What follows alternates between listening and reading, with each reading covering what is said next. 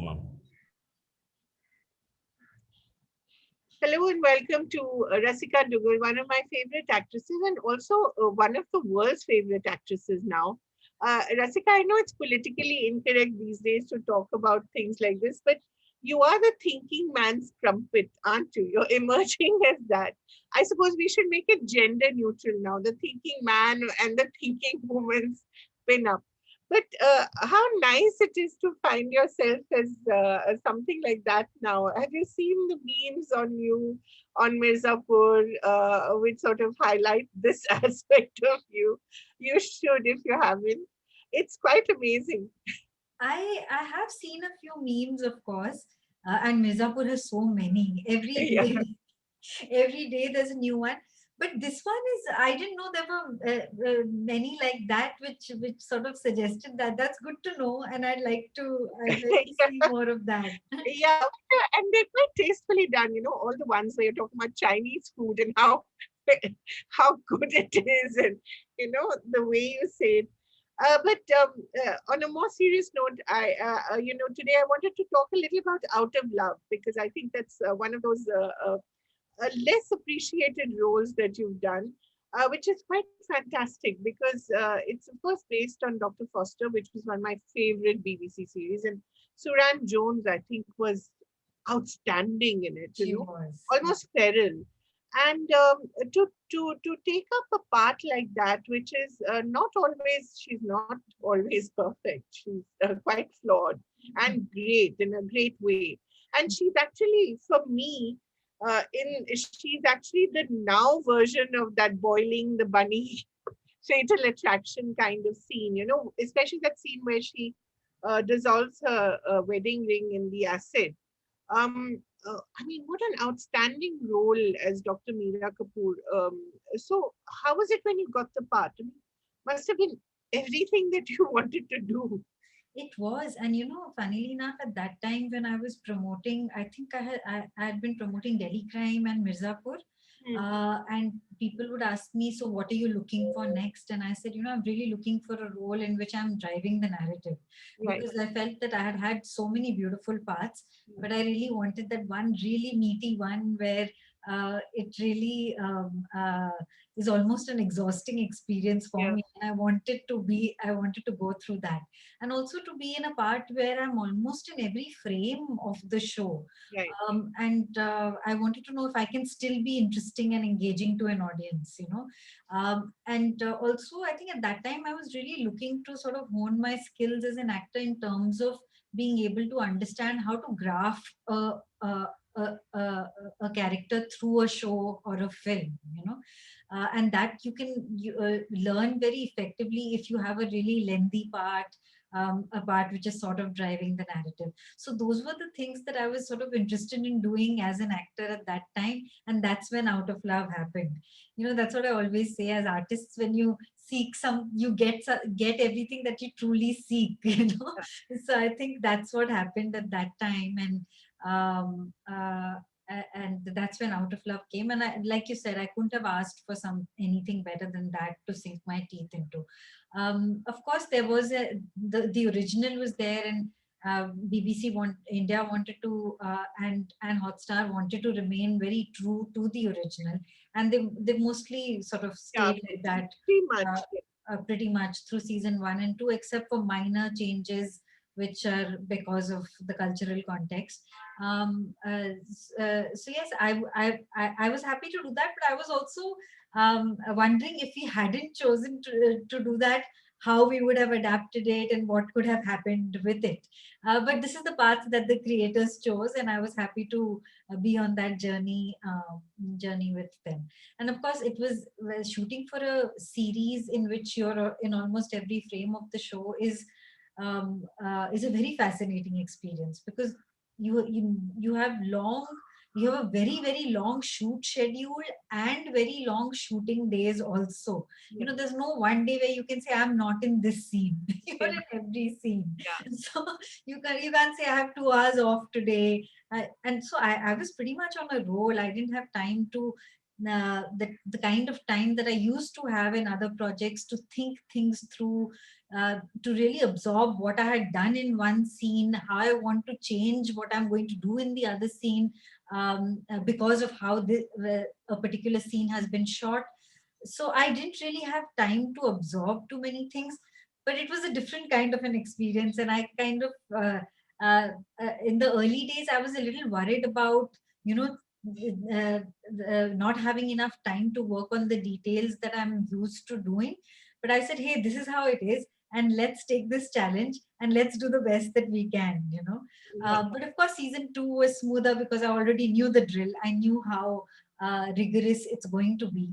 So I was mentally better prepared for it. Right. But Jessica, just to go back a little to season one, because that really was, the spark for what happens to the character later on. And that amazing dining room scene, the dining table scene, which I can never get enough of, either in yours or in the original.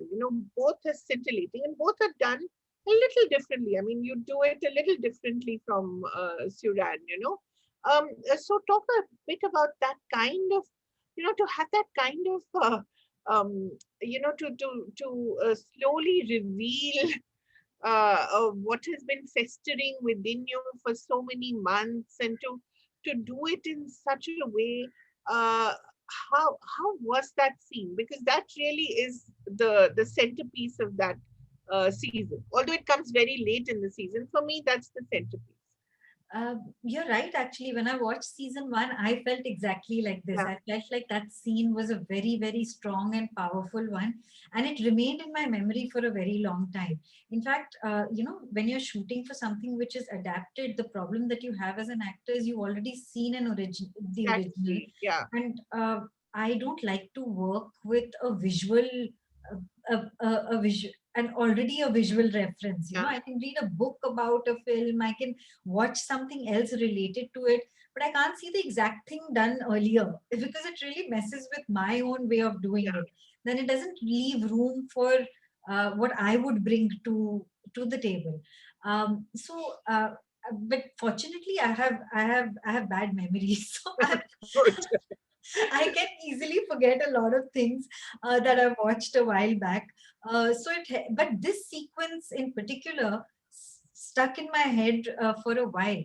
So when we went to shoot for this sequence, I was really trying to not Yeah, trying to forget what I had seen of the original because I didn't want to mimic it. I wanted to bring something of my own to it. Also, it was one of those sequences that we were shooting over 2 nights. Night shoots are anyway hard. There are so many actors. It's a long scene. Everything is dependent on sharp cueing, so everybody has to know their lines. Even if one person is a little deela, all of it goes out of place. And I remember we night shoots, you can't expect anybody to be on top of their game, yeah, honestly. yeah. Everybody is wilting at 2:30 in the morning. And that's exactly what was happening on both these And days. so much wine, Rasika. Is that all real or Oh, colored water? no, not a drop. It's all cranberry juice, which Oh just makes no. me sick. It's terrible. In fact, in season two, I had to have so much of it because I had to gulp down glasses. Oof, I think it's the most terrible experience I've had on this shoot. You should just tell them, just put red wine. Yeah, I'm fine. I can take it. I had 3 liters of cranberry juice one night for Oh, the sequence where I'm drinking in the bar in yeah, season yeah, two. yeah. And Yeah. in that, I'm really chugging glasses of wine, Oof, I was so sick, and I said, I'm never going to even. I've stopped eating cranberries. Forget cranberry juice because I can't tolerate the memory of that. And my my body has a reaction to it. and also, the food, you have to have that exact, the continuity. Of course, there's someone to tell you about continuity, but the exact moment when you picked up the fork and you were eating this and you were doing that, everything has to be in order. So is the food real? Is that at least real? Yes, that has to be. Okay. And I mean, you don't want to look like you're not eating in a scene. Yeah. So I eat, but then it's terrible to sort of sustain it over takes and shots because you're effectively eating all night and you feel sick by the end of it. You can't keep eating all night. Yeah, of course. But what to do? I So do you remember. have to ask for seconds or something? How do you do it? I'm sorry to ask such basic questions, but I'm No, fascinated by that scene. but you have to do it. You have to keep eating. That's the only solution. Even if you're sick. For example, when I was shooting for Chutney, Right. this short film that I had done, Of course. uh, I had to eat pakoras all the time. I ate 50 pakoras in one day. And I was so sick after that. So what do you do? Because Yeah, in the scene, she's constantly just eating pakora. So once the two shot is established, the wider shot is established, and then they're shooting closer shots, you have to reproduce what you did in the master take. So in everybody's shot, you have to do it. and of course the famous Chinese food scene in Mirzapur. You have to have a lot of Chinese food. Yeah, but that scene wasn't so long, so Ah, that's right. uh, It's so very we kind of managed in the way that it was shot. But this particular scene in Out of Love, I was sick drinking that cranberry juice. It was just really, really sickening, and especially because I had to chug it, and every time I had to chug it again in the shot, the level of that had to be the yeah, same. that's So it's right. not like I could tell them that can you please put just a little Yeah. so that I can chug it. No, I had to do all of it all the time.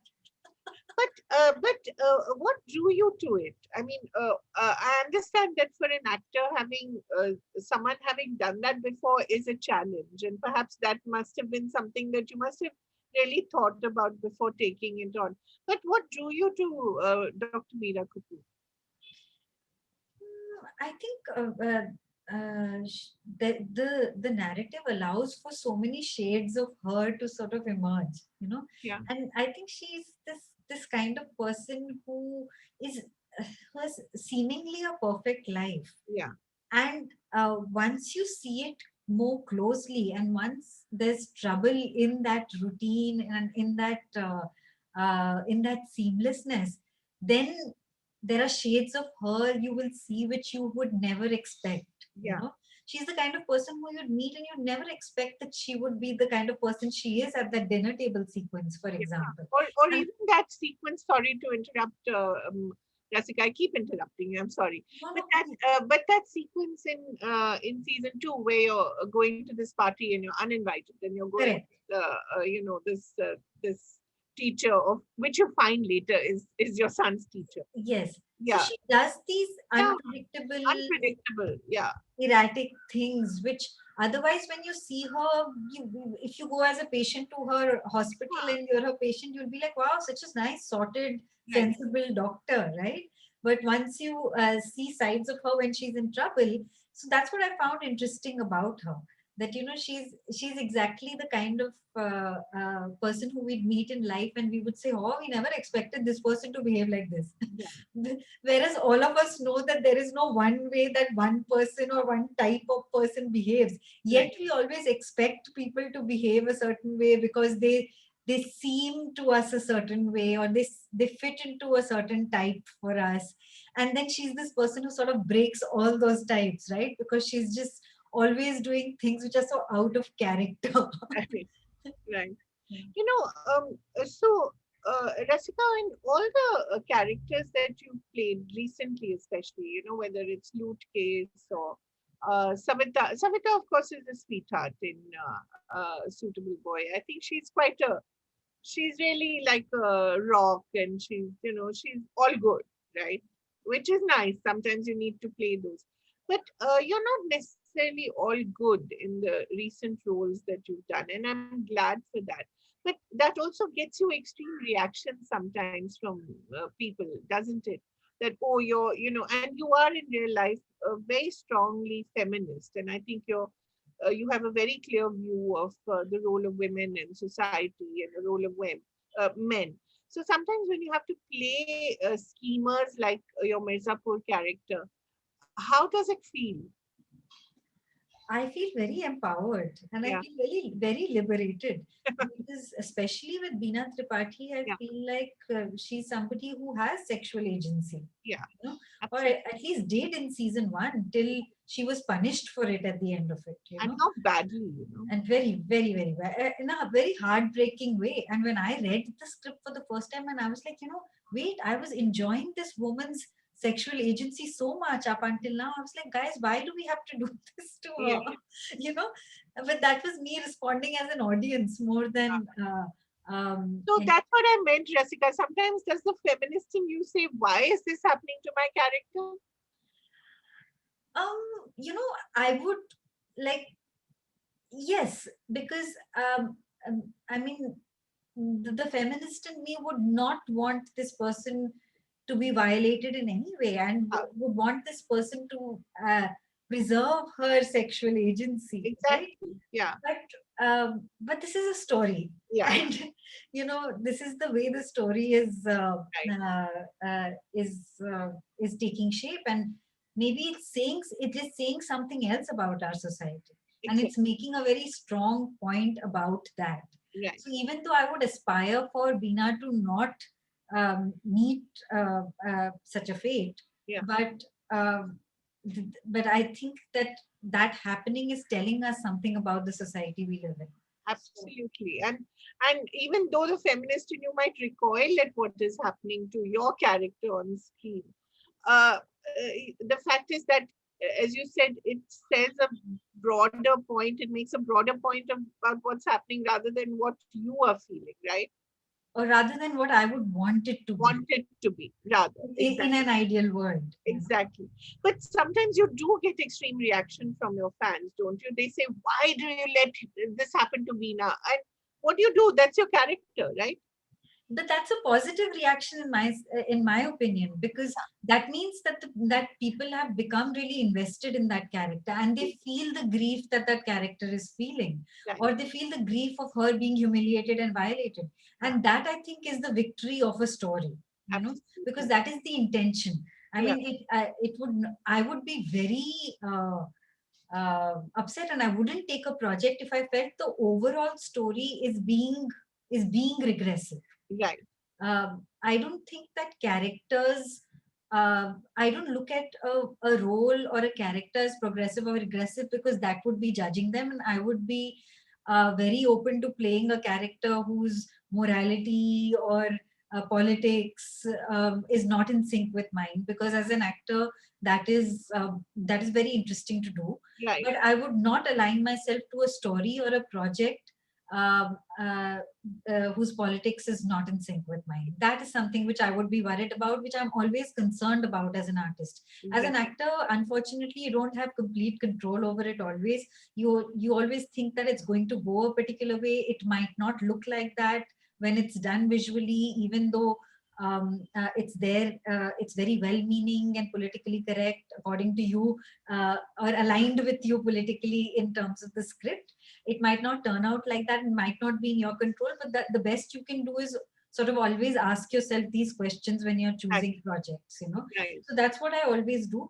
But an extreme reaction like the one you mentioned, I think is an audience expressing empathy with Bina. And if Right. I've been able to create that, then I think that would be the victory of the story and a victory for me as a performer. Absolutely. And in season 2, how did you, what did you think of her arc? I was very happy. Finally, yay, justice for Veena. I think that, you know, many people who watched the show and felt like you said at the end of season 1, they were like, why did this have to happen to Bina? Were sort of vindicated uh, in season 2. Revenge is a hard story to tell, I always feel, because it becomes very unidimensional, because revenge is so overpowering that it doesn't, as an emotion, that it doesn't leave room for much else. But the way Bina started out in season 2 was from a point of extreme vulnerability. And the fact that she becomes a mother sometimes becomes a moment of strength for her, and sometimes makes her even more vulnerable, you know. So I think because they had written in all of these, I felt that the character had become very rich for me, even though the main intent of her graph in season 2 was revenge from the father-in-law. I think as a performer, I enjoyed playing these other things Yeah. in between, where she's trying to find the path of revenge, where she's trying to overcome her humiliation, and the way her body feels after being violated, the way she feels after being violated, to be able to find the strength again to getting to that path of revenge, rather than what is interesting about how she takes revenge. That was not so interesting for me. This journey was more interesting for me. The journey of being a mother was, for somebody like Beena, was something interesting for me, because I think she's really the kind of person who um, uh, feels like she would have some more agency if she had a child. And clearly, the child for her is about everything that she couldn't get. Yeah. It's like transferring her ambitions onto her child, that this child is going to be the heir of Mirzapur. Yeah. So, In a way, you see some echoes of Meera Kapoor there, in the finally getting the revenge kind of thing. the thing about Meera is she's got so many shades that sometimes she feels like almost going towards Beena. Yeah. But the fundamental difference, I think, between the two is Beena is a master manipulator. Huh. She's great. She's got a skill for it, right? She listens to everybody around her. She knows exactly what is somebody's weakness, what is somebody's strength. She's great at that. And she's like this person, कहते हैं दीवारों के कान होते हैं. Beena is like that दीवार that's always there. And she listens to everything. She knows exactly what's happening. She knows how to use something and what to get out of it, and she always manages. She's got great skill for that. Meera's not like that. She's a little erratic, she'll just sort of blow up somewhere and just do something and probably step back after 2 minutes and say, hey, was that me? That me, yeah. So I think that's the difference between the two. But Meera can also be a very gentle and soft person. Yeah. And Beena can't be. I don't think Beena is that at all. She'll never allow herself to be that. Right. She lives in too much of a. She lives in a jungle and she has to survive. So, It's so wonderful. What does your life feel like when you're, coasting from doing Beena for 2 months to Meera for another 2 months, and then coming back to maybe Delhi Crime and playing a young woman, on the cusp of getting increasingly, I suppose, in season 2, more power and more responsibility. Um, how do these characters flow in your mind? Your mind must be buzzing. it's such a great life. Imagine you get to be so many I people at the tell same you. time. And I always say, Beena, though I live vicariously through Beena. She's all those things that I have not. I'm sure I have some kind of a Beena inside me, because all of us do have these different sides. There are just some sides we don't practice so much in life because of upbringing, Yeah. experiences, prejudices, morality, etc., etc. So I think Beena is that person who there's a Beena inside me which I've been wanting to practice for a really long time. I pity the people around you. And I haven't had the opportunity to, or the courage to, or the skill for. Yeah. So I think this is something that I love being her, even in just her body language. Yeah. She's just. I love those months when I'm shooting for Mirzapur where I suddenly become like this. Yeah. Very sylph-like, and all your clothes are like your blouses, and Yes. everything is so perfect. Yes. And Neeti Singh, actually, I totally enjoy revisiting her because she really reminds me of my LSR self. Right. That's how I used to be when I was in college. So enthusiastic, so dedicated, so idealistic. And a part of me misses that person. Right. So it's so because we get jaded as we work and And life all of. disappoints us in so many ways, doesn't it? Nothing can be perfect. Sorry.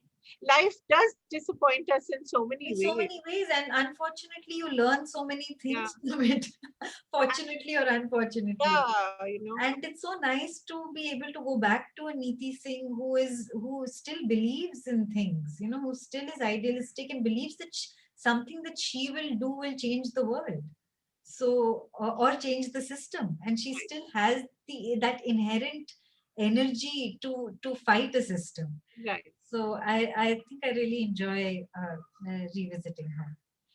Rasika, when you look at your career graph, it's so fascinating to go from actually started in lead parts. You did, and then you had character parts, and now you're coming back in a way.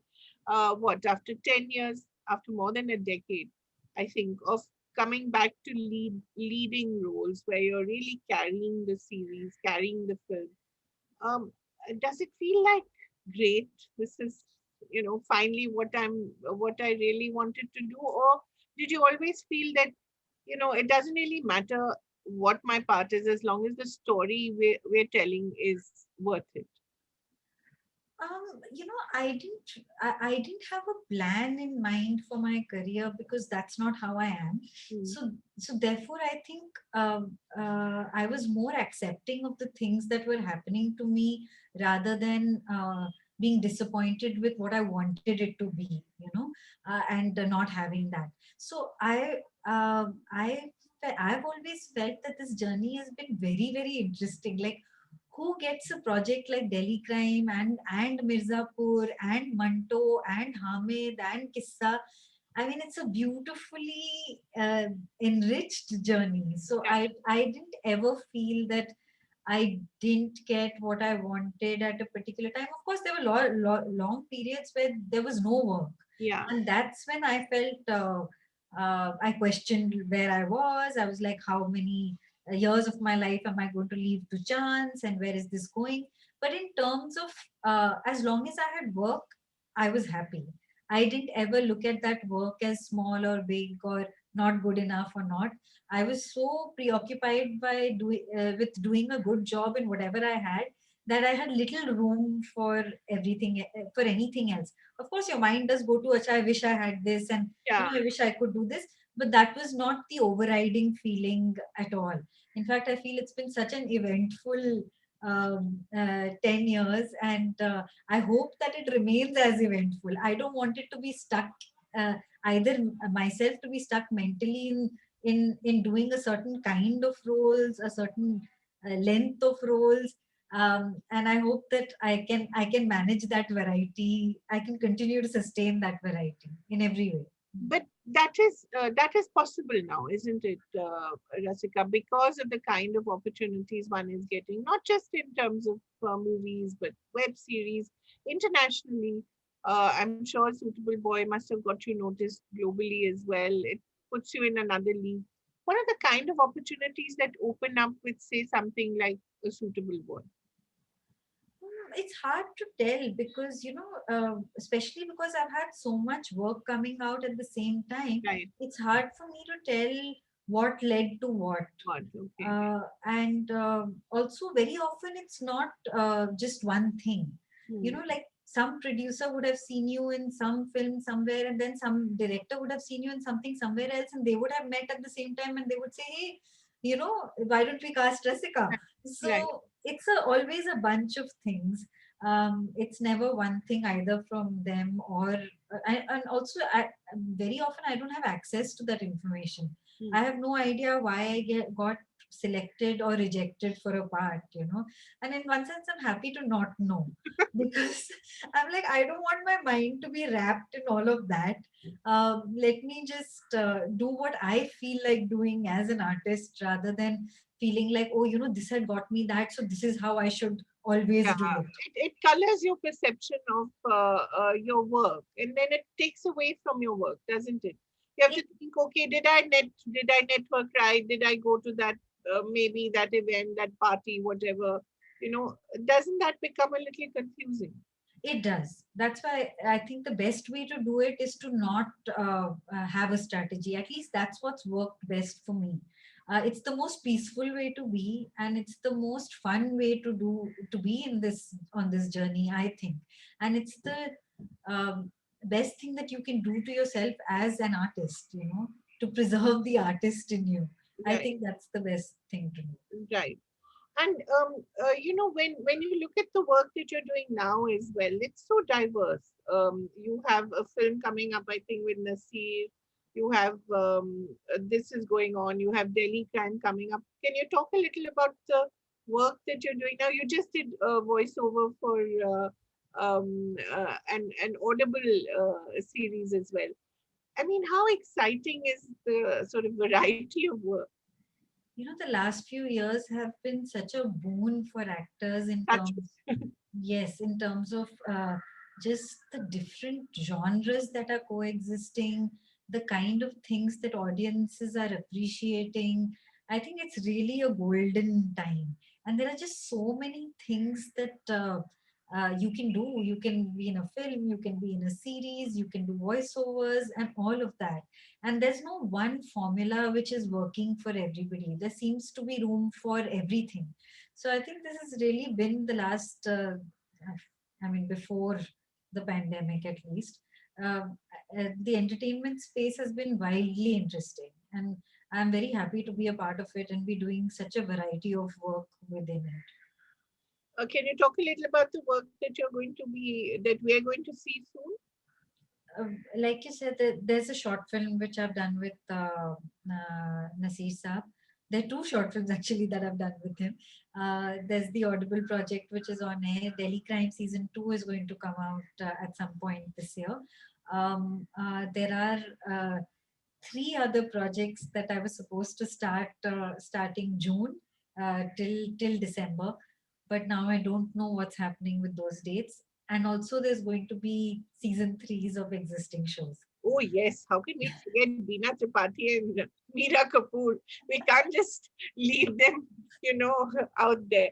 Rasika, has it also come to a point where, you get accosted on the road and, you get asked, why did Beena do this? Or why is Meera Kapoor doing this? Do you get asked about your characters? No, it's usually I get somebody comes to me and says, "Hey, we've seen you in this series and in this series, and can we have a selfie or something like Right. that?" Which is very sweet. I would love to have more involved conversations with people about this, but I think people are generally shy, so Yeah. it's kind, and it's usually when you're sort of catching a flight or getting out of somewhere, and they also feel a little nervous that they're disturbing you, and you don't want to you don't know whether you should ask them any more questions or not. But usually if anybody meets me and they recognize me, the first, if they haven't brought it up themselves, I always ask, what have you watched? Right. Because I'm curious to know what people are watching. And what I'm always happy about is that the person who will recognize me would have seen at least two things. Oh, So that's nice. yeah, they would, and mostly it is either Mirzapur, Delhi Crime, or Out of Love. One of these three, and one combination of these. It's usually Mirzapur and one of the other two. Right. So, No, that means it's really out there, So Rasika's characters are really. By the way, Rasika could not have been better named. yeah, but How did your parents know what you were going to do? I wonder because Rasik actually means जो रसों का आनंद ले सके. So I Exactly. was like, was I meant to just be an audience and not? And I like the way your arm goes back when you say that. It's such a actorly thing. That actor in you is so instinctive. But seriously, I mean, were you meant to be the audience, or were you meant to be the person who is the giver of so many rasas? I I think don't it know. was the latter. Yeah, I believe it is the latter because I couldn't have thought of a better thing to happen in my life than to uh, find this line of work and to find my passion for it, because I think that's the most beautiful thing that's happened to Of me. course. It takes a long time for people to figure out what they really want to do, and even in the worst times in this career, I have never once felt that I shouldn't have become an actor. And I think that's really a true test of your love for the work rather than where it's taken you or what it's given you. And so I would believe that I was always meant to be a performer, but I was not named Rasika for that reason at all. It was a very I'm Sikh, and we usually open the Guru Granth Sahib when we are naming a child.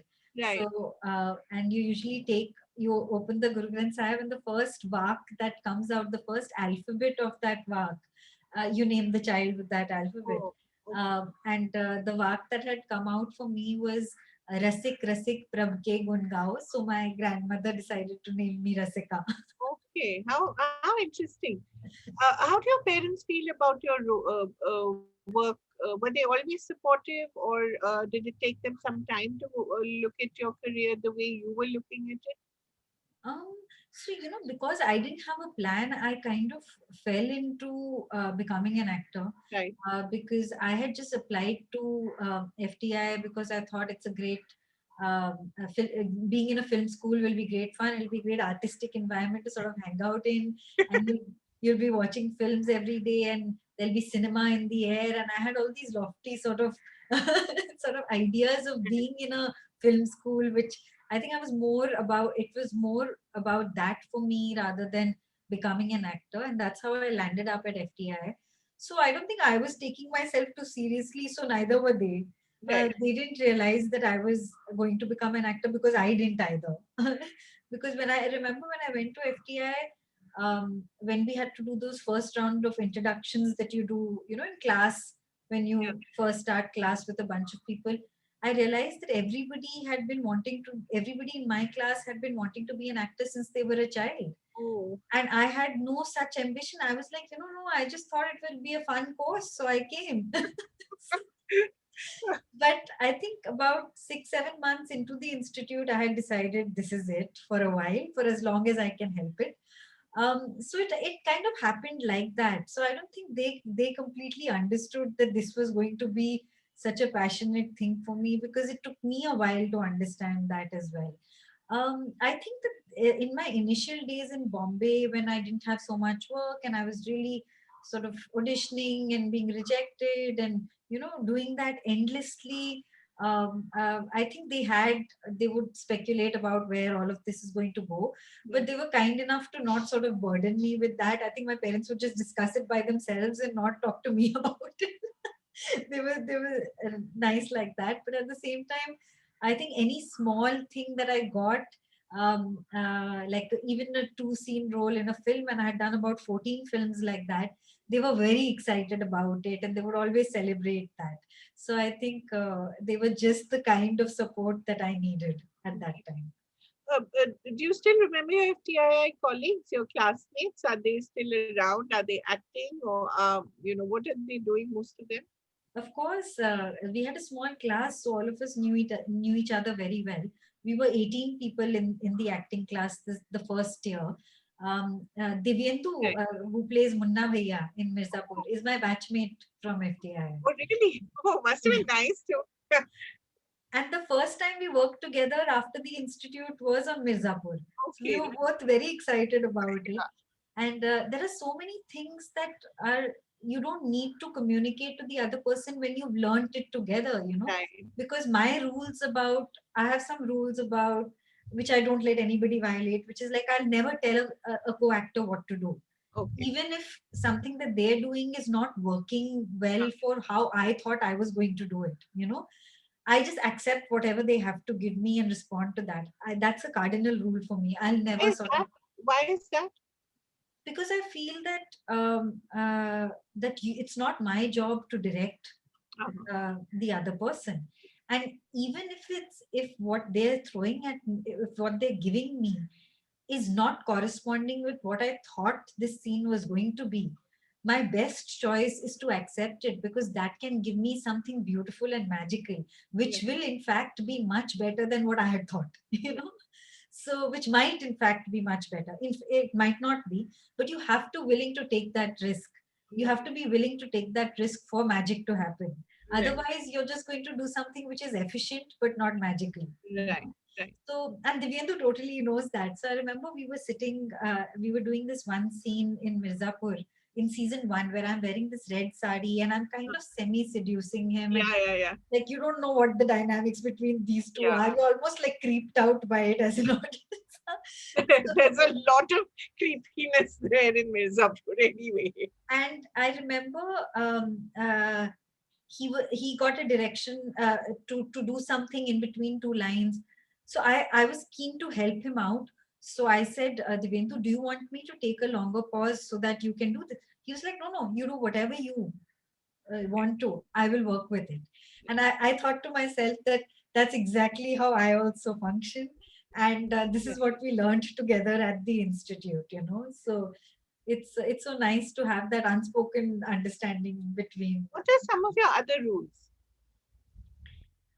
Uh, this is one big one, that I will never give an instruction to a co-actor. Whatever the co-actor uh, has to offer to me, even if it is not on the script, you know, Right. I'll just take it.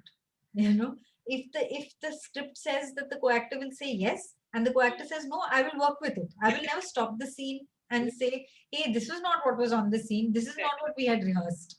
Because I feel that's a very it's a very boring way of working. Right. So I think this is one big rule, that I will never give a co-actor an instruction. Besides that, I don't know. And Yeah, and that director is God. okay. No Yeah. matter what you think about them on that, after cut or after pack up, Right. but for that time, your best option is to believe totally in them. Yeah, because you may not always like your director as well. No, it could be a you problem. you may not, Yeah, and may not. it's not a fun experience, not being creatively aligned with your director. But even if you're not, even if you feel that you have creative differences, sometimes you align very beautifully with the director, and that those are some of the best Right. experiences. And most of my experiences actually have been like that, because I've had some outstanding And directors. what directors? Let's just count some of them, Rasika. You've had Meera Nair. Please go on. Go on with your list. Meera Nair, Nandita Das, Anup Singh, Richie Mehta, just some of the best directors to work with, because they just know exactly what you need as an actor at that given moment, and they're very invested in your role. Like Nandita was so invested in Safia that she made that role come alive, because it was not very strong on paper. Yeah. But had it not been for Nandita, I might not have I would have been worried about how this role looks. But she knew that she wanted Safia to be an important part of Manto's story, and she shot it like that, she edited it like that, she directed me like that. So she was, and she's I love directors who are particular about details, and Yeah. Nandita and Meera are both so particular about details. I love them for that. And Anup is the most magnificent human being to work with. Right. He's so lovely. I remember Irfan and I, on the first day that I was shooting for Kissa, Yeah. was sitting on a hill, a little hill in Punjab, in a village in Punjab, and everybody else on the unit was below. Huh? And Anup had fractured his collarbone, and he was shooting through all of that. And it was not a very important scene. It was just a little cut that they wanted in a montage in Kissa. I'm forgetting where. I don't know if it made it to the final edit. I don't think that shot did. But he wanted to give me an instruction. And there is a setup downstairs where you can use a mic. Hmm.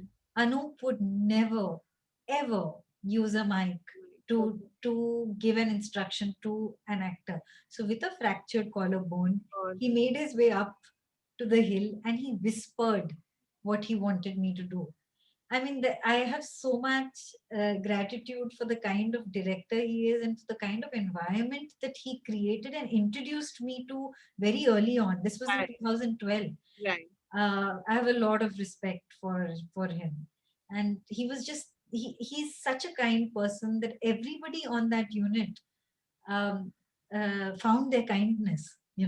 I have worked with some of those people subsequently on other projects, and I haven't found them to behave the way they did Right. when they were working on Kissa. So it's really the way the director is that can make a whole unit function differently. Jessica, I mean, what a marvelous career. Such interesting actors, such interesting directors. when you look back, what really excites you? When you look at things, do you remember scenes? Do you remember conversations off screen? Sometimes when you're just thinking about what you've done, we often do. We take some time to contemplate, and right now there's a lot of time time to contemplate. What are the things that come to you sometimes?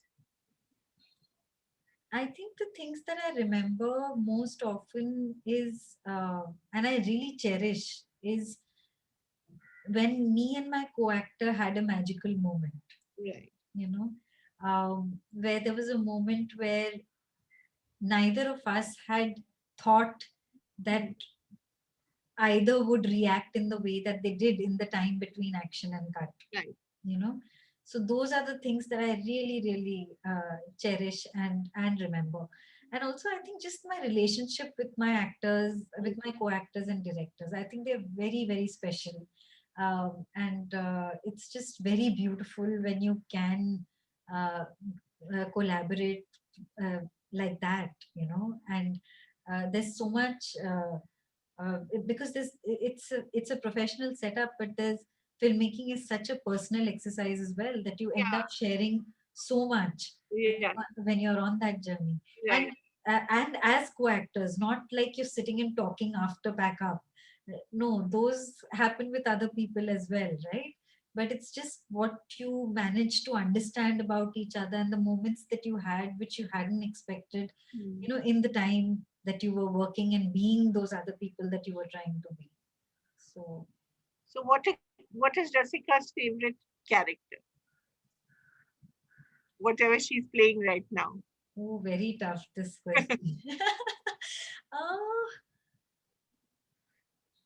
I don't know. It's tough to choose, but I think it's sometimes it's Neeli, sometimes it's Safia, sometimes it's Neeti, uh, and sometimes it's Beena. Yeah, Veena's quite something. So yeah, Yeah. it's one of these four always. It's been such a pleasure to talk to you, Rasika Dugal. May you do many more such characters, and may Meera Kapoor get the life that she deserves. And may Beena Tripathi also get the life she deserves. Thank you. And thank you so much. It was such a pleasure to talk to you. Always a pleasure to talk to you. Stay safe. Thank you. All the very best. Thank you. Bye bye.